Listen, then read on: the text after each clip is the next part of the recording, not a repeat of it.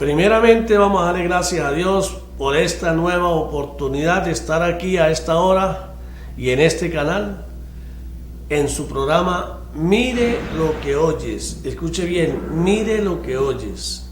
Este es un programa para hablar de la palabra de Dios, hablar del reino de Dios, hablar del evangelio de Cristo, para hablar de lo que Cristo nos manda a hacer a quienes creemos y le creemos a Él. Así que, primeramente, usted, amigo televidente, que en otras ocasiones ha visto este programa y a lo mejor le ha entrado por aquí, le sale por aquí, y a usted que lo está viendo por primera vez, como dice la palabra de Dios, el que tenga oídos y le sirven, oiga. Oiga es escuche con inteligencia, escuche con interés, porque esto es para bien suyo y para bien de los suyos. Hablar de Dios es un mandato para todo aquel que cree en Él. Cristo dijo: ve y prediquen mi palabra, así no los escuchen. Eso estoy haciendo aquí en este momento. Vengo a hablar de Dios, de su palabra, de su reino. No sé a quién le voy a hablar, no sé para quién es este programa del día de hoy. Lo que sí sé es que estoy haciendo lo que Cristo, Jesucristo, el Mesías Salvador, me pide a mí como servidor suyo que yo haga. Y esto mismo le pide a todo aquel que dice creerle a Él. Prediquen mi palabra, lleven las buenas nuevas, que no se quede nadie sin escuchar la palabra de Dios. Los que son míos oyen mi voz, dice Cristo. Cristo es el pastor, nosotros somos sus ovejas. Las ovejas oyen la voz del pastor. Si usted oye la voz de Dios, la voz de Cristo, usted es un siervo de Cristo. Si a usted le molesta, como le molesta a mucha gente en este mundo, que no quieren que les hablen de Dios, no quieren que les hablen de la palabra, porque la palabra los afronta y no están dispuestos a cambiar de vida, no están dispuestos a cambiar de su estilo de vida, y por lo tanto aborrecen a quien viene a decirles que dejen su vida para que vivan ahora conforme Cristo vino a enseñarnos. Por eso aquí en este programa siempre he dicho de que nosotros nacemos separados de Dios, muertos para Dios por causa del pecado de nuestros padres. Pero para ello vino un Mesías Salvador, Jesucristo, para guiarnos de regreso a casa con el Dios Todopoderoso. Y Él nos dejó un manual de vida, un manual de comportamiento, un manual a seguir. Y lo primero que dijo cuando inició su ministerio fue: arrepentíos, arrepentíos, arrepentíos, cambien su forma de pensar, porque nosotros, nuestra vida es lo que pensamos. Y como nacemos atrapados en las tinieblas, producto del pecado, en una vida, en un mundo lleno de maldad, donde lo único que le interesa a la persona es su bien propio, sin pensar en los demás, a costa de lo que sea, y progresa haciendo lo malo. Hace lo malo, se deleita en lo malo, se deleita en el pecado, y eso trae sus consecuencias. El pecado trae sus consecuencias. Usted puede arrepentirse ante Dios y Dios lo va a perdonar. Si usted le pide perdón, Él lo perdona, pero no lo exime de la consecuencia del pecado. Por eso, hoy quiero, aparte de recordarles que lo más importante de una relación con Dios es el temor reverente. Si usted no teme a Dios conforme al temor reverente, usted no tiene parte con Dios. Por el contrario, dice la palabra: bienaventurado aquel que teme a Dios. Bienaventurado aquel que practica el temor a Dios todos los días. Por lo tanto, es necesario que usted sepa qué es temor de Dios. Temor de Dios es tener miedo de seguir separados de Dios, de estar fuera de la cobertura de Dios, de dejar de pensar en Dios, de dejar de darle el primer lugar a Dios en nuestra mente, tener miedo de ello, porque cuando dejamos que el enemigo entre en nuestra mente, le abrimos puerta y el enemigo lo que quiere es destruirte. Usted tiene que decidir entre obedecer a Cristo, creerle a Cristo, hacer la voluntad del Padre que está en los cielos, o oír la voz del mundo, la voz del enemigo, y hacerle caso al enemigo. Por eso es que hay dos caminos. El camino de la bendición, que es el que nos ofrece nuestro Dios, y el camino de la maldición, que es el que le ofrece el mundo y el príncipe del mundo, el príncipe de las tinieblas, que es Satanás. Usted tiene que decidir a quién va a seguir, a quién va a escuchar. Y para usted poder obedecer a Cristo, hacer lo que Cristo manda que haga, para usted poder amarlo, tiene que conocerlo. Y al usted amarlo, va a hacer lo que Él le diga que tiene que hacer. Y Él lo manda a que hagamos la voluntad del Padre que está en los cielos. ¿Cuál es la voluntad del Padre que está en los cielos? Escrita está: el que crea en Él, en mi Hijo, y le crea a Él, será salvo y tendrá vida eterna. Esa es la voluntad del Padre. Cristo vino a enseñarnos el camino de regreso a casa con nuestro Creador, con nuestro Hacedor, con el Padre Celestial.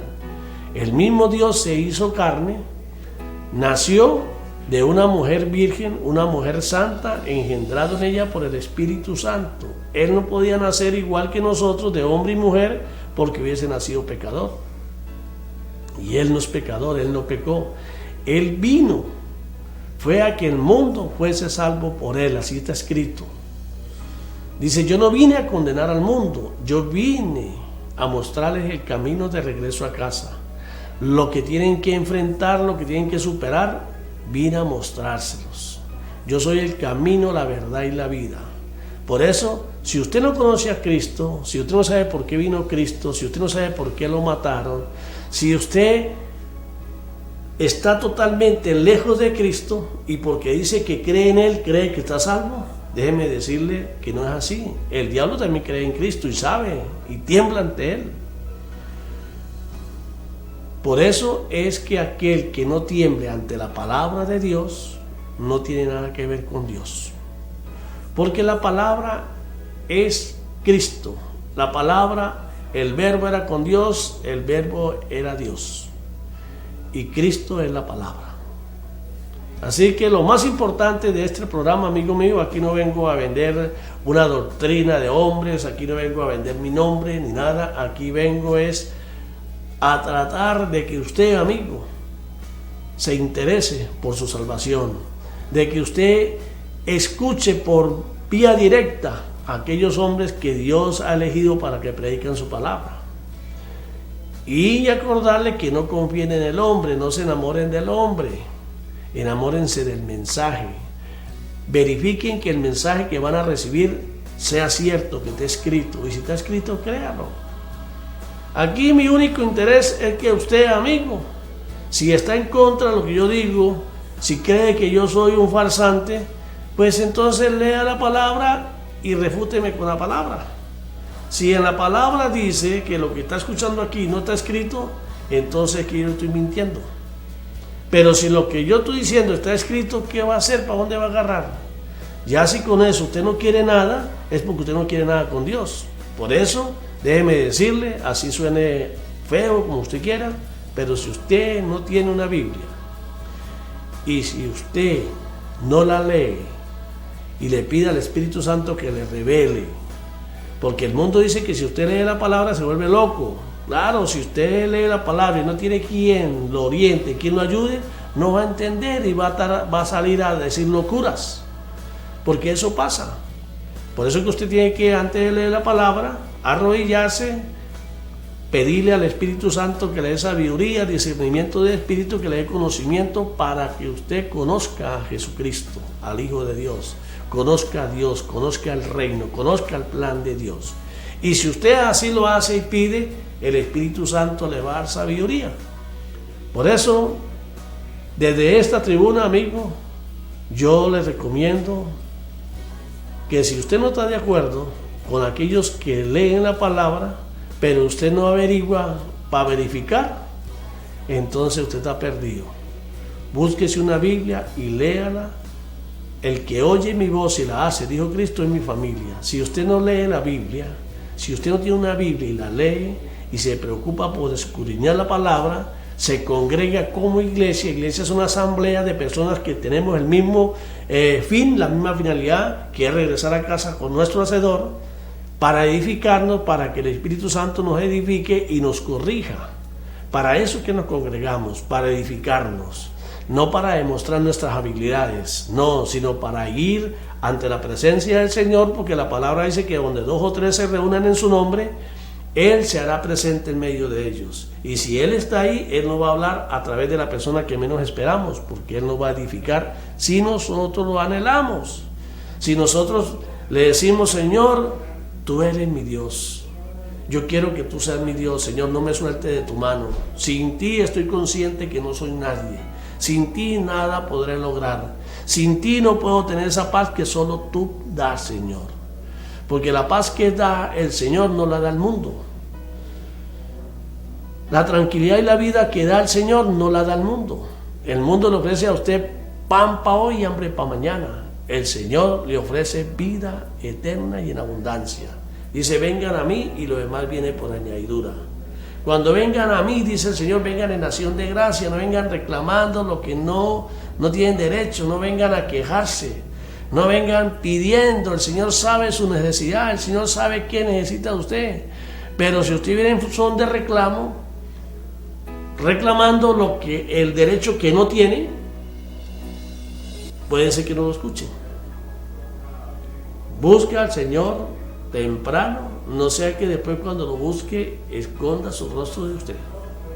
Eso está escrito. Ama a Cristo, ama al Padre, y si usted los ama de verdad, el Padre y su Hijo habitarán en su mente, en su corazón, y el Espíritu Santo nos va a guiar. Así que, amigos, hoy le voy a dejar un predicador, un hombre de Dios, y de aquí en adelante voy a poner en este programa hombres de Dios, programas que yo he visto ya anteriormente y que me parecen excelentes, y quiero compartirlo con ustedes para que ustedes los escuchen, porque no se trata de mí, no se trata de un proyecto mío, no se trata de la salvación de usted, amigo. Usted, mientras viva, respire, tiene chance de venir al Señor. Mientras respire, tiene chance de arrepentirse. De verdad da fruto de arrepentimientos y el Señor lo va a recibir. Pero si usted no quiere nada con Él, ya Dios no puede hacer nada. Cuando el cupo se complete del ejército que vino a reclutar nuestro Señor Jesucristo para ir al cielo, esa tercera parte de personas en el mundo que se van a salvar, si usted no se esfuerza para formar parte de ese grupo, esa ha sido su decisión. Cualquiera va a decir ahorita: no, pero es que la salvación no es por esfuerzo nuestro. No, claro que no, porque por gracia, un regalo inmerecido, el Dios Todopoderoso envió a su Hijo para mostrarnos el camino de regreso a casa. No nos lo merecíamos, pero Él por amor lo hizo. Pero después que usted es liberado de la maldición de la muerte, sacado de las tinieblas, rescatado de la potestad de Satanás por Cristo, quien pagó con su sangre en la cruz, después de que usted es libre, usted elige si sigue su vida o le entrega su vida a Cristo y declara con su boca que Cristo es el Hijo de Dios y que Cristo murió en la cruz por usted, y que usted ahora, amor con amor se paga, ahora entrega su vida para seguir a Cristo, y como tal hace su mandato que dice: vaya y predique mi palabra, hagan esto en conmemoración mía. Porque Él ya vino y es necesario que las postreras generaciones sepan de la venida de Cristo. Y enfrentemos lo que está pasando hoy en día, que quienes son enemigos de Cristo y dicen creer en Dios, creer en Cristo, ya quieren cambiar la Biblia, ya quieren sacar a Cristo, como no han podido, ahora lo quieren sacar de tajo de una vez, ya quieren sacarlo de la vida y que sea cristiano conforme a ellos. Por eso es que cristiano no es aquel que sigue a hombres. Cristiano es aquel que le ofrece su vida a Cristo y le dice: tú eres mi Señor, tú eres mi Redentor y a ti quiero servir. Así que, amigos, prepárense para que escuche palabra de Dios. Que Dios me los bendiga. Cristo los ama. No tarden mucho en buscarlo, porque puede ser que cuando usted decida sea demasiado tarde. Hasta otra ocasión. Y el texto que escogí para esta noche es el capítulo 11 de Hebreos, capítulo o versículo 4. Por la fe, Abel ofreció a Dios más excelente sacrificio que Caín. Esa es la primera parte y me voy a detener aquí.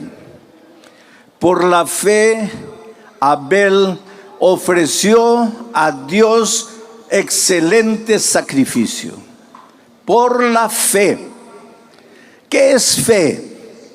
A veces hablamos mucho de fe, pero no entendemos qué es la fe. Si le pudiéramos buscar un sinónimo a la palabra fe, ese sinónimo sería confianza. Así que cuando tú dices, yo tengo fe en Dios, estás diciendo, yo confío en Dios. Cuando tú dices, yo ya tuve fe en Dios, pero ahora ya no la tengo, estás queriendo decir, yo ya confié un día en Dios, pero ahora ya no confío. Fe es confianza. Y el texto bíblico de esta noche dice que por la fe, o sea, por la confianza que Dios tenía en Dios, que Abel tenía en Dios, ofreció excelente sacrificio. Confianza. El asunto es que para que tú confíes en alguien, tienes que conocer a esa persona. Porque tú no puedes confiar en alguien a quien no conoces. Hoy día muchas personas están siendo heridas por causa del internet, porque confían en personas a quien no conocen. Por favor, querido, especialmente si eres joven, ¿cómo vas a conocer a alguien por el internet? Las personas se conocen personalmente, cara a cara. ¿Cómo puedes decir que amas a alguien por el internet? Y las consecuencias a veces son tristes. Porque para confiar en una persona hay que conocerla. Y para conocer a una persona hay que interrelacionarse personalmente. Hay que saber cómo es la otra persona, quién es, por qué es así. Hay que conocer, y para conocer a una persona hay que pasar tiempo con esa persona, porque si tú no pasas tiempo con una persona no la puedes conocer, y si no la puedes conocer no puedes confiar en ella, y si no confías en ella no tienes fe. Abel confió en Dios porque pasó tiempo con Dios, porque se relacionó con Dios y finalmente confió en Dios. Por eso el texto bíblico dice, por la fe Abel ofreció excelente sacrificio. Los Pieles Rojas tienen un dicho interesante.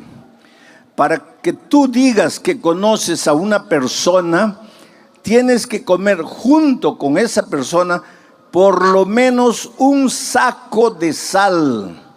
¿Tú entiendes lo que ellos quieren decir? Tú sabes que la sal se come de a poquito, se le echa una pizca a la comida para darle sabor. Ahora imagínate tú con otra persona comer juntos un saco de sal. ¿Cuánto tiempo te va a llevar eso? Toda la vida. Lo que los Pieles Rojas querían decir es que no se puede conocer a una persona simplemente por haber hablado 2 o 3 veces. Abel era un muchacho que se relacionaba con Dios. Quiero llevar tu imaginación al jardín del Edén. Adán y Eva pecaron. Fueron confrontados con su pecado, fueron confrontados entre ellos y fueron confrontados con el tentador. Ellos ya no podían permanecer en el jardín del Edén porque en el jardín del Edén estaba el árbol de la vida. Y si ellos siguiesen comiendo del árbol de la vida, vivirían eternamente, pero vivirían como pecadores. Tú ya te imaginaste, si el pecado se prolongase eternamente, sería una tragedia. Por lo tanto, ellos tenían que salir del jardín del Edén. Y salieron. Y el texto bíblico de Génesis dice que Dios colocó un querubín con una espada brillante en la puerta del jardín. ¿A dónde se fueron Adán y Eva? Salieron del jardín para vivir fuera del jardín. Se alejaron de Dios, pero podían ver el jardín y podían ver al ángel guardián del jardín. Y cuando Caín y Abel nacieron, Adán y Eva los llevaban de pequeñitos a la frontera del jardín y de lejos les mostraban a los hijos y les decían: nosotros vivíamos allí, éramos felices, éramos perfectos, no había dolor, no había calor, no había frío, no había necesidad. El trabajo no era pesado como ahora para nosotros. Todo era paz, todo era armonía. Y seguramente que los hijitos le preguntaban: ¿y por qué ustedes salieron de ahí? Y ellos, con lágrimas en los ojos, les explicaban: es que nosotros hicimos algo que no debíamos hacer. Dios nos había dicho que podíamos comer de cualquier árbol del jardín, menos del árbol del conocimiento del bien y del mal, y nosotros comimos. Y tuvimos que salir porque el pecado tiene consecuencias. Oh querido, quisiera que esta noche tú colocases en tu mente y en tu corazón una verdad incontestable. El pecado tiene consecuencias. Y te lo voy a explicar de una manera irrisoria. Imagínate que tú te arrojas del 20º piso porque decides quitarte la vida. Y allá por el 10º piso te arrepientes del pecado que estás cometiendo, de quitarte la propia vida. Y clamas a Dios: Señor, perdóname. Ahora, conociendo la misericordia y el amor de Dios y sabiendo que Dios es un Dios siempre pronto, listo a perdonar, ¿tú crees que Dios te perdona o no te perdona en el momento que tú dices: Señor, perdóname? Claro que te perdona. Estás perdonado, pero ya estás cayendo por el 9º piso. Perdonado. Vas a llegar al suelo. Perdonado, pero vas a morir, porque el pecado tiene consecuencias.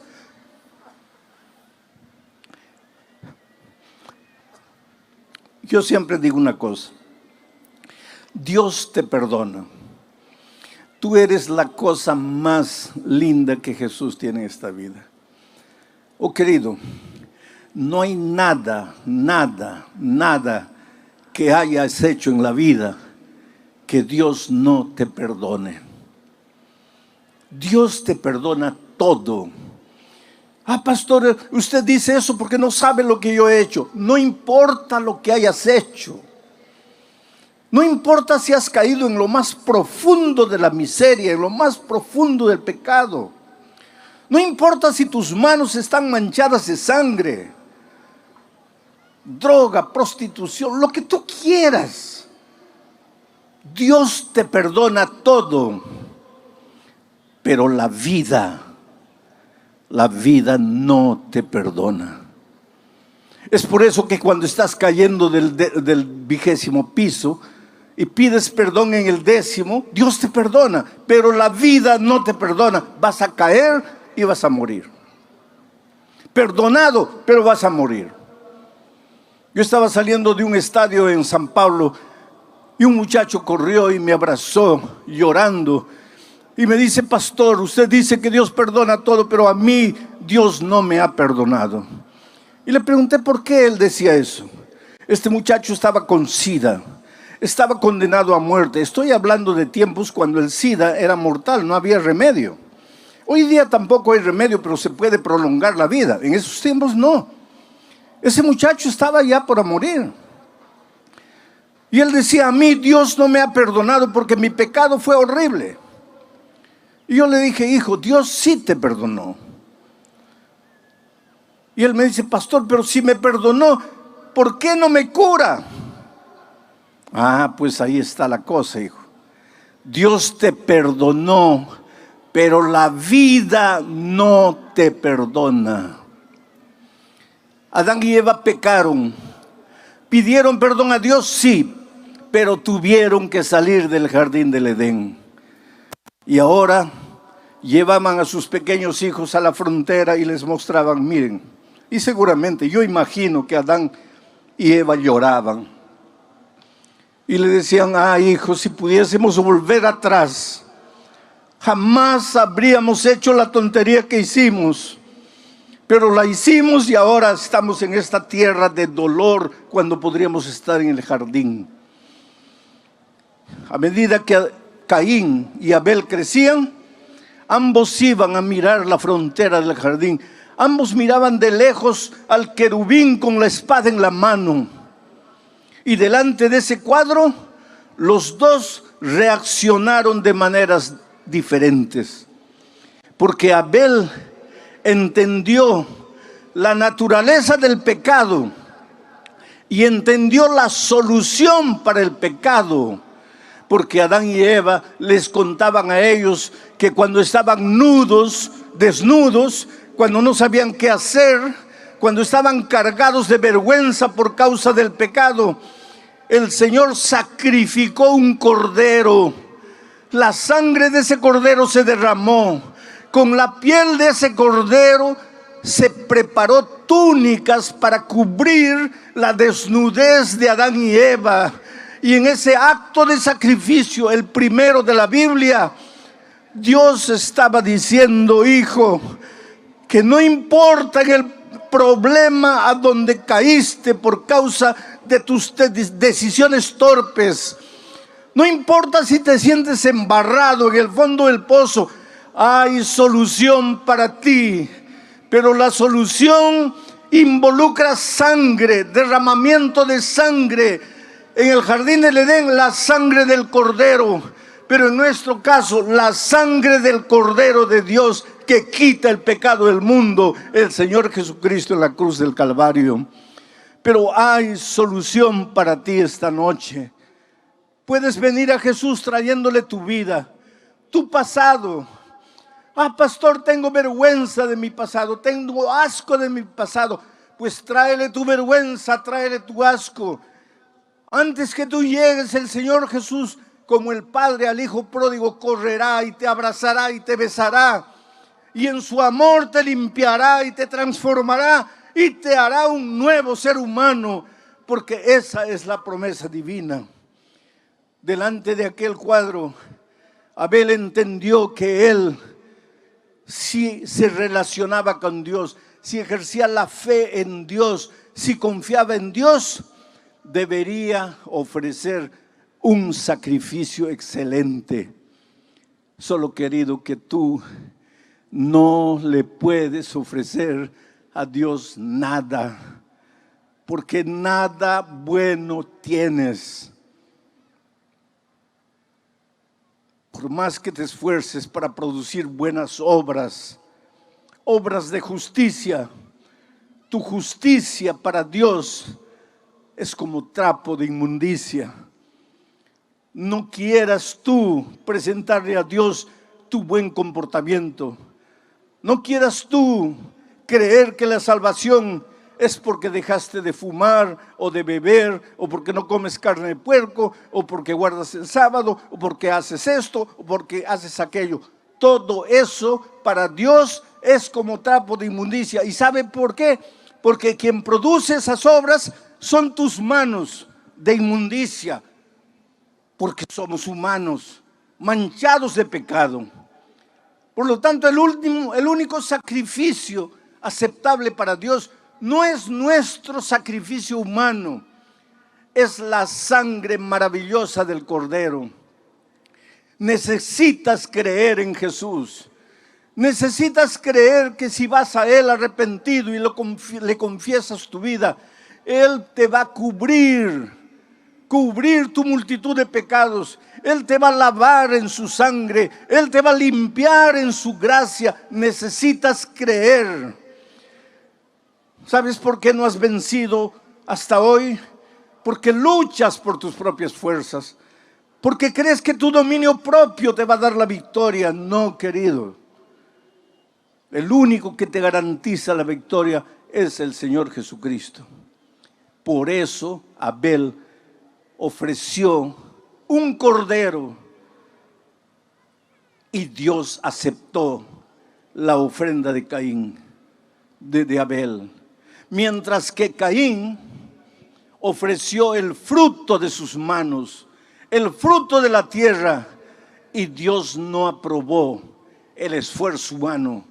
Dios aprobó la gracia de Cristo, y por eso el fuego vino y consumió la ofrenda de Abel. Pero el texto sigue diciendo, vamos a volver al texto, por favor coloquen en la pantalla. Por la fe Abel ofreció a Dios más excelente sacrificio que Caín, por lo cual alcanzó testimonio de que era justo. Esa es la parte que voy a desarrollar ahora. Por lo cual alcanzó testimonio de que era justo. ¿Quién alcanzó el testimonio de que era justo? Abel. ¿Y quién dio el testimonio de que era justo? Dios. ¿Y por qué Dios dio en favor de Abel el testimonio de que era justo? Porque él ofreció un cordero, la gracia maravillosa de Jesucristo. Nota que el texto, pueden sacar el texto, no dice que Abel se declaró justo, porque el justo nunca cree que es justo. El verdadero justo siempre se siente pecador. Yo me preocupo cuando veo a algún cristiano que se siente justo, o por lo menos se siente con el derecho de acusar al pecador, de mirar al pecador, de juzgar al pecador. ¿Qué derecho tienes tú de apuntar el pecado de tu hermano? Mira la viga de tus ojos, no mires la paja del ojo de tu hermano. Tú no eres justo. Abel no dijo, yo soy justo porque Dios aprobó mi sacrificio, sino que Dios dio testimonio de que era justo. Dios el justo. Ahora hay una cosa. Abel llevó un cordero, creyó en la sangre de Jesús, creyó en la gracia de Jesucristo, pero enseguida Dios dijo, este hombre es justo. Justo es aquel que anda en la justicia. Justo es aquel que hace obras de justicia. Pero Abel no hizo las obras de justicia con sus esfuerzos propios. Abel obró las obras de justicia porque creyó en la gracia maravillosa de Cristo. Por favor, nunca pienses que tú puedes salvarte por tus obras de justicia humana. Pero tampoco pienses que porque eres salvo por la gracia de Cristo, puedes vivir como tú quieres. No. A partir del momento en que Jesús te limpia, te purifica de tus pecados, te prepara para andar en las obras de justicia. Porque Dios es un Dios justo y quiere que sus hijos caminen por los caminos de justicia. Por eso en el Salmo 23, David dice que el buen pastor conduce a su rebaño por las veredas de justicia. ¿Y dónde encuentras tú el concepto de la justicia desarrollado? En la palabra de Dios. ¿Quieres saber en qué consiste la justicia, vea la Biblia, estudie la Biblia. Encuentra lo que Dios desea de ti, lo que Dios te pide, y haz lo que Dios te pide, no para salvarte, sino porque has sido transformado por la gracia de Cristo y ahora te deleitas en hacer su voluntad. Es por eso que cuando Jesús estuvo en esta tierra, miró y dijo: si me amáis, si ustedes dicen que me aman, si ustedes dicen que yo soy la cosa más linda que ustedes tienen, entonces guarden mis mandamientos, hagan mis obras de justicia, anden en mis caminos. ¿Por qué los seres humanos creemos que la gracia está separada de las obras? ¿Por qué pensamos que el que se salva por la gracia no tiene que realizar buenas obras? ¿O por qué hay cristianos que piensan que la gracia es barata, que las obras son las importantes? Pero si es tan simple de entender. Cristo te salva por su gracia, pero lógicamente que ahora has sido salvo por la gracia, tienes que andar en sus caminos, tienes que hacer su voluntad, tienes que obrar obras de justicia. Ahora, ¿cuál es el sacrificio que tú tienes que entregar al Señor Jesucristo? El sacrificio de Abel fue perfecto. ¿Cuál es tu sacrificio? Romanos, voy a pedir que salten al texto de Romanos capítulo 12, versículo 1. Quiero leer aquí. Romanos capítulo 12, versículos 1 y 2. Para responder la pregunta: ¿qué sacrificio tienes que entregarle tú? Abel ofreció un perfecto sacrificio. ¿Y tú? Dice así: así que hermanos, ¿y quién escribe? Es Pablo. Así que hermanos, os ruego por las misericordias de Dios que presentéis vuestros cuerpos en sacrificio vivo, santo, agradable a Dios, que es vuestro culto racional. Sigue.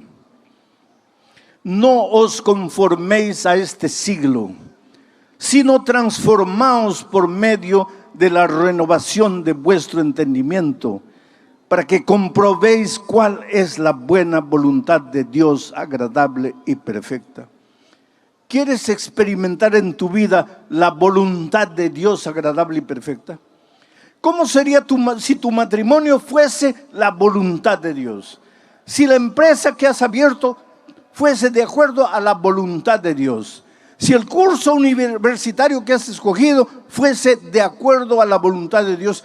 Imagina cómo sería tu vida. Sería una vida plena, una vida realizada, una vida feliz, porque es el desarrollo de la buena voluntad de Dios. Pero para eso tienes que ofrecerle a Dios tu cuerpo como sacrificio vivo, no como un sacrificio muerto, no como un sacrificio moribundo. Esto no quiere decir que no te puedas entregar al Señor Jesucristo con 80 años ya para morir. Puedes hacerlo y Dios se va a alegrar y te ama y te acepta.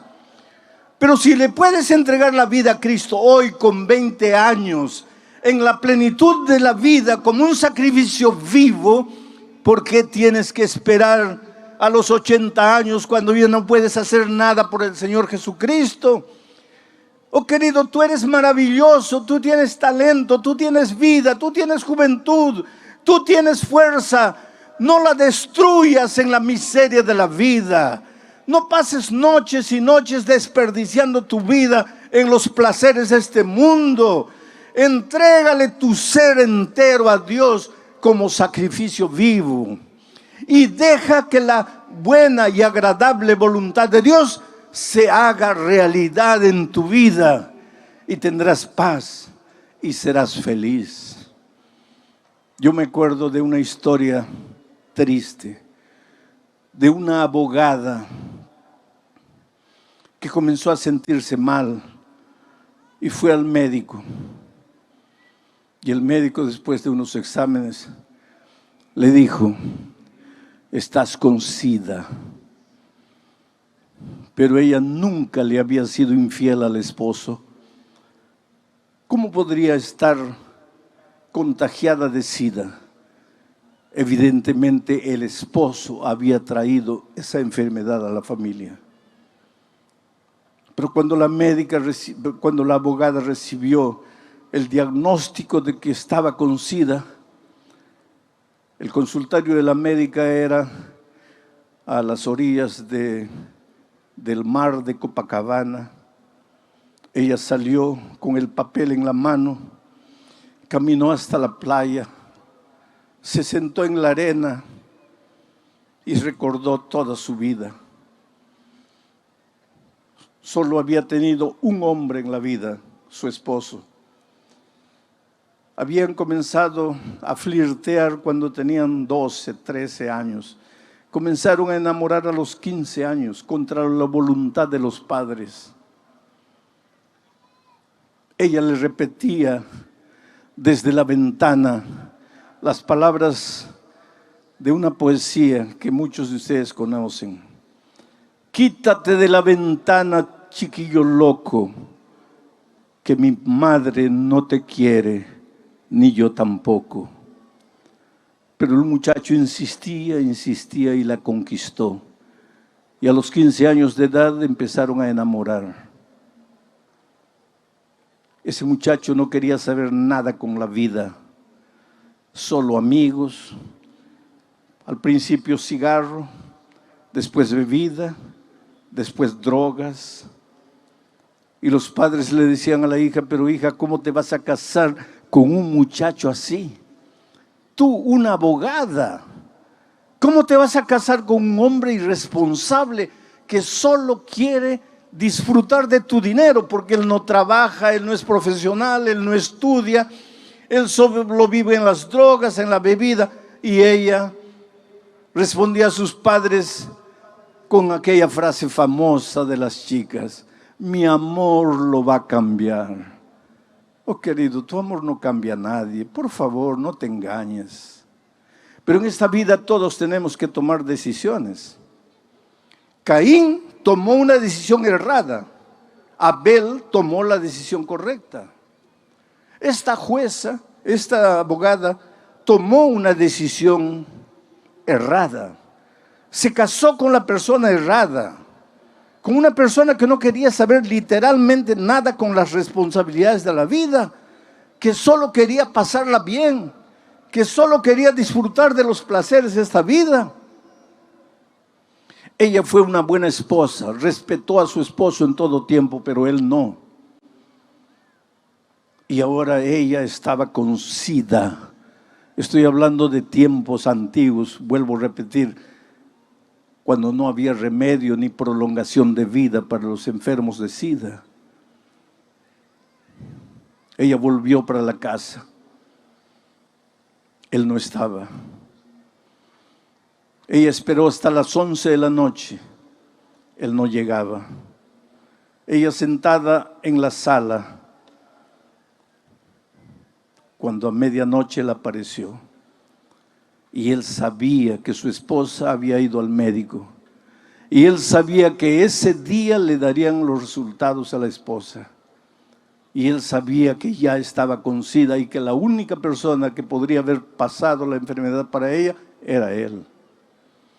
Por eso cuando él abrió la puerta y vio a la esposa sentada en la sala, lo primero que hizo fue caer de rodillas y decirle: querida, me perdona, por favor, perdóname.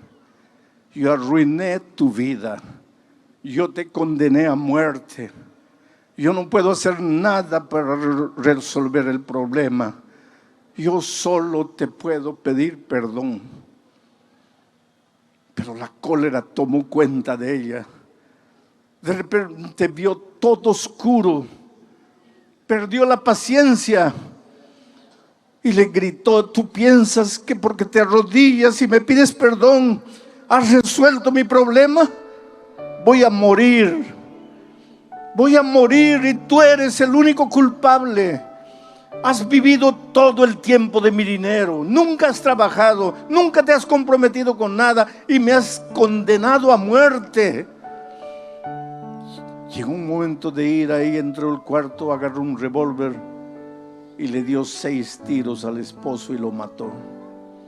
Enseguida llamó a la policía y se entregó. Y fue presa. Y fue condenada. Y en la prisión quería morir. Decía: Señor, si estoy con SIDA y sigue haciendo los síntomas, ¿por qué no acabas de una vez con mi vida? ¿Para qué estoy aquí? Y ahí entra el ministerio de la radio, porque la radio tiene la capacidad de entrar a los lugares a donde nadie entra. Yo estuve en un país musulmán, cuyo nombre no voy a decir, para proteger a los misioneros allá, a donde el evangelio entró a través de las leyes de prohibición y todo, y hay un núcleo de musulmanes que se volvieron cristianos a través del ministerio de la radio. Es por eso que cuando alguna vez te piden una ofrenda para la radio, no tengas miedo de ofrendar. La radio puede llegar con el evangelio a los rincones más apartados, y la radio llegó a la vida de esta abogada con el evangelio en su momento de desesperación, y ella entendió que Jesucristo era Dios, y con los hombres no podrían hacer, Jesús podría hacer, y que el milagro maravilloso de Cristo tal vez no sería curarla del SIDA, mas curarla del alma, para enfrentar la muerte sin miedo y sin temor, con la esperanza de encontrarse con Jesucristo cuando Él viniera. Y aceptó a Jesucristo y fue bautizada. Pero entonces ya estaba en las últimas y la sacaron de la prisión y la llevaron al hospital. Y ya sentía que la muerte se le acercaba. Y entonces cuando el pastor la visitó, ella le dijo: pastor, yo no tengo miedo de morir, porque en la Biblia aprendí que los cristianos no morimos, solamente dormimos hasta la segunda venida de Cristo, y que cuando Cristo venga, yo resucitaré para encontrarme con el Señor Jesús. La más grande decisión que he tomado en mi vida fue aceptar al Señor Jesús y bautizarme. Y le dijo: anoche tuve un sueño. Soñé que estaba siendo juzgada y que el diablo vino y le presentó todas las acusaciones contra mí. Muchacha torpe, no le hizo caso a sus padres cuando era joven, mientras se enamoraba con un don nadie. Muchacha torpe porque cuando vio la vida promiscua que el marido vivía, no se separó. Y finalmente muchacha torpe porque agarró un revólver y le quitó la vida al esposo.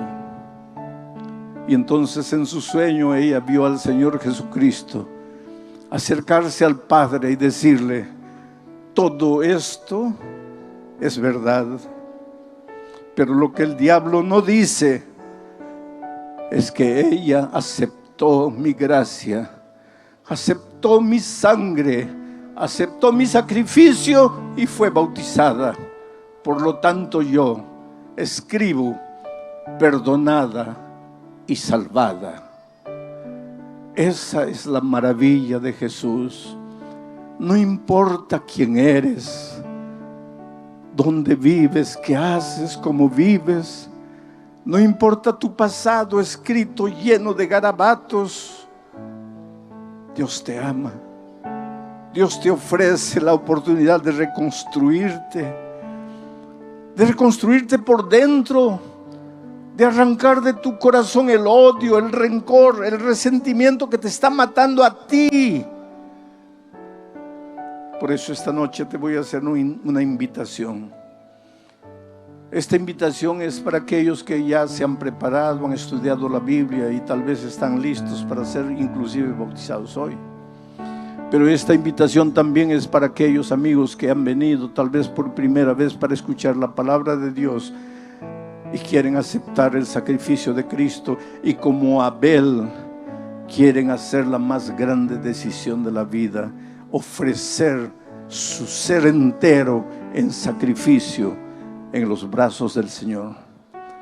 Si tú quieres ser bañado por la gracia maravillosa de Cristo, te voy a pedir que te levantes, salgas de las tribunas, de las sillas que están abajo, y vengas aquí adelante